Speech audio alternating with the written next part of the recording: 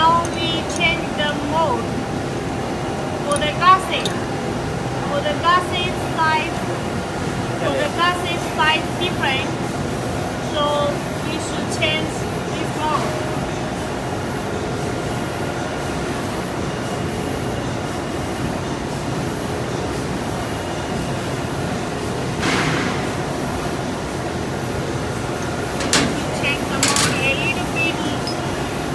Little bit longer because the first size is a small one.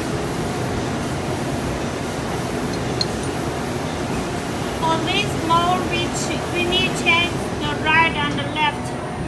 Both need change.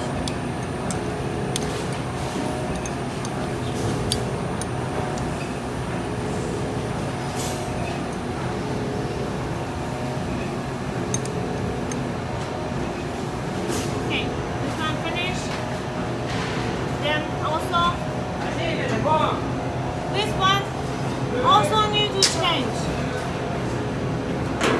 This one. For this mode, you should find on the toolbox a set for different size.